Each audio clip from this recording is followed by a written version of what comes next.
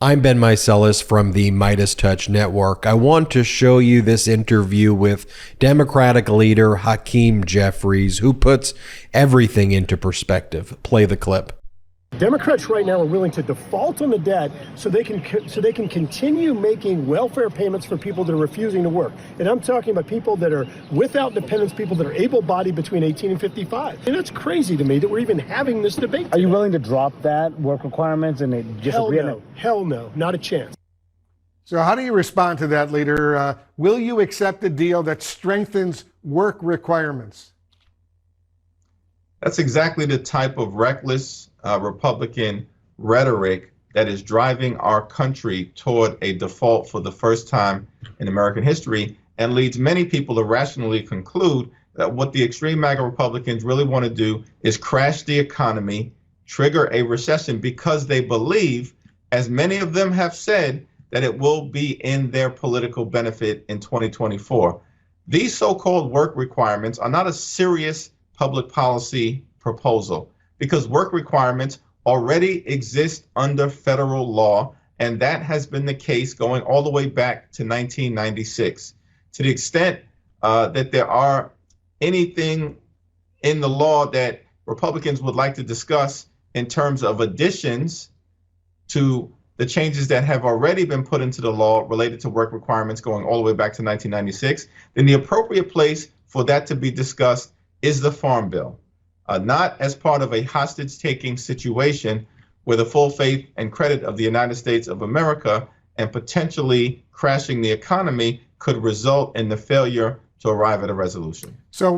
And just so you have the full context, as you spend time with friends or family or anybody you know over this Memorial Day weekend, share this video with them. I want to show you this House floor speech that was given at the end of last week by Hakeem Jeffries. He said it perfectly. Play the clip. Mr. Speaker, I rise today in strong opposition to the extreme MAGA Republican effort to default on our debt, crash the economy, and trigger a job-killing recession. From the very beginning of this Congress, House Democrats have been focused on putting people over politics. Lower costs, better paying jobs, safer communities, fighting for reproductive freedom, defending democracy, ensuring an economy that works for everyday Americans. People over politics. And we've made clear from the very beginning that we're willing to find common ground with the other side of the aisle for the good of the American people whenever and wherever possible. But we've also made clear that we will fight extremism whenever necessary. And so we are here on the floor today because this default crisis is before the American people as a result of extreme MAGA Republicans making the political calculation that they will benefit in 2024 if they crash the economy, if America defaults, if we fail to pay our bills, if millions of people are made to suffer. Not our words. Those are the words of former President Donald Trump, the words of the chairwoman of the Republican National Committee, the words of extreme MAGA Republicans at the very far right of their conference. A political calculation that we're going to take hostages, the American people, the economy, and threaten to crash the economy, hurt these hostages, if necessary, or extract painful cuts to our veterans, to disabled children on Medicaid, to people who rely on nutrition assistance, including our veterans, to children, to teachers, to public safety, and of course to our military families. These are the stakes that are before the American people. That's why House Democrats are here on the floor fighting. How do we know that the other side of the aisle has made the determination that they are willing to default on our debt to crash the economy? Is because this default crisis is before the American people. On June 1st, America may run out of the ability to pay our bills, and extreme MAGA Republicans have chosen to get out of town before sundown, to flee Washington, D.C., to risk a dangerous default. in a crisis that they've created. And these Republicans, they're going to say that Joe Biden refused to sit down with them. That's a fake narrative that they've continued to try to put into the public domain. They said that President Biden refused to talk for 97 days. Fake, false, fraudulent narrative. How do we know? The timeline is pretty clear. On February 1st, President Biden sat down with the Speaker of the House. They had a conversation in the Oval Office, and President Biden said that we will produce our budget on March 9th so that the American people know our values, know the types of investments that should be made for their health, their safety, and their economic well-being, and challenge the extreme MAGA Republicans to do the same thing. And on March 9th, President Biden produced his budget, a budget that will strengthen and protect Social Security, a budget that will build an economy from the middle out and the ground up, a budget that will cut the deficit by an additional $3 trillion on top of the $1.7 trillion that has already been cut by the Biden administration over the last 2 years. And then we waited for Republicans to produce their budget. Early March, no budget. Mid-March, no budget. Late March, no budget. Early April, no Republican budget. Mid-April, no Republican budget. And then on April 25th, they didn't produce a budget. They produced the Default on America Act, not a budget, a ransom note, threatening to hurt the well-being of the American people with draconian cuts. They introduced it on April 25th. On April 26th, they voted on it. And they passed it simply because George Santos, a serial fraudster, provided the deciding vote. This is who they are. And then on April 27th, they got out of town. Some of them were overseas for 10 days.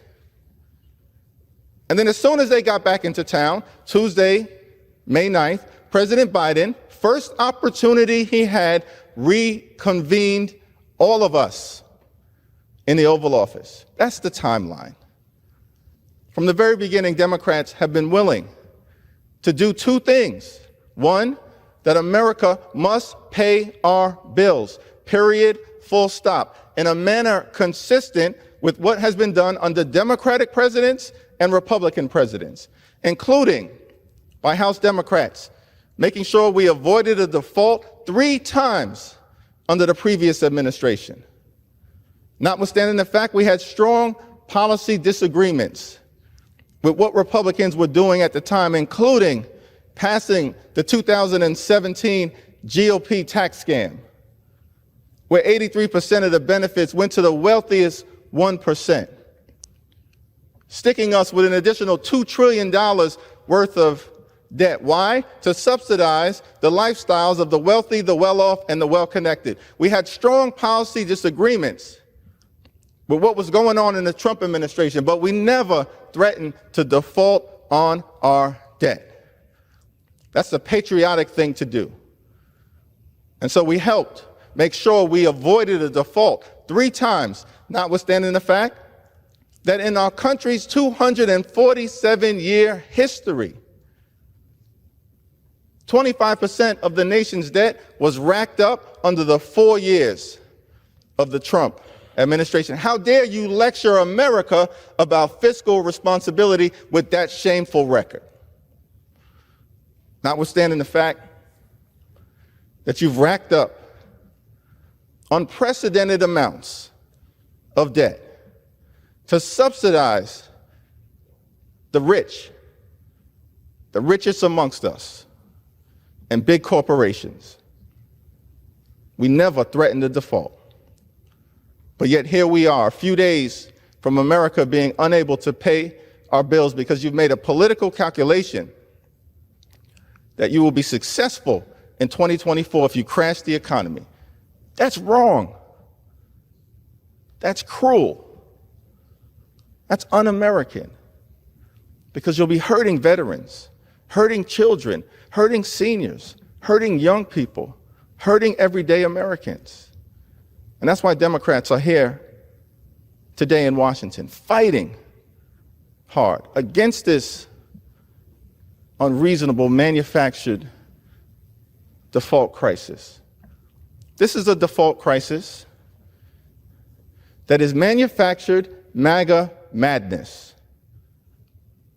It is repugnant, reckless, and reprehensible.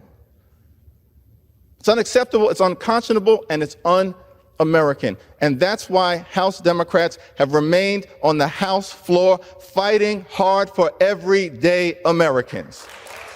That's why we are here, and we will continue to fight for working families, continue to fight for middle-class folks, continue to fight for all those who aspire to be part of the middle class, continue to fight for young people, continue to fight for older Americans, continue to fight for veterans, continue to fight for military families, continue to fight for people in urban America and rural America and suburban America and small-town America and the heartland of America, continue to fight for the people in Appalachia, continue to fight for the poor, the sick, and the afflicted, continue to fight for the least, the lost, and the left behind. House Democrats will continue to fight for everyday Americans to avoid a default, and we will not rest until victory is won.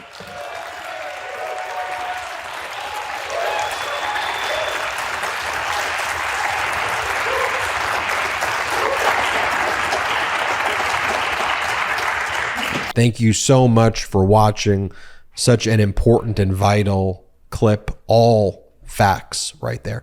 I'm Ben Meiselas from the MeidasTouch Network. Hit subscribe. We're on our way to 1.5 million subscribers, and check us out at patreon.com/MeidasTouch. Wherever you get audio podcasts, search for the MeidasTouch podcast as well. Hit subscribe on our YouTube and have a great day. Hey Meidas Mighty, love this report? Continue the conversation by following us on Instagram @MeidasTouch to keep up with the most important news of the day. What are you waiting for? Follow us now.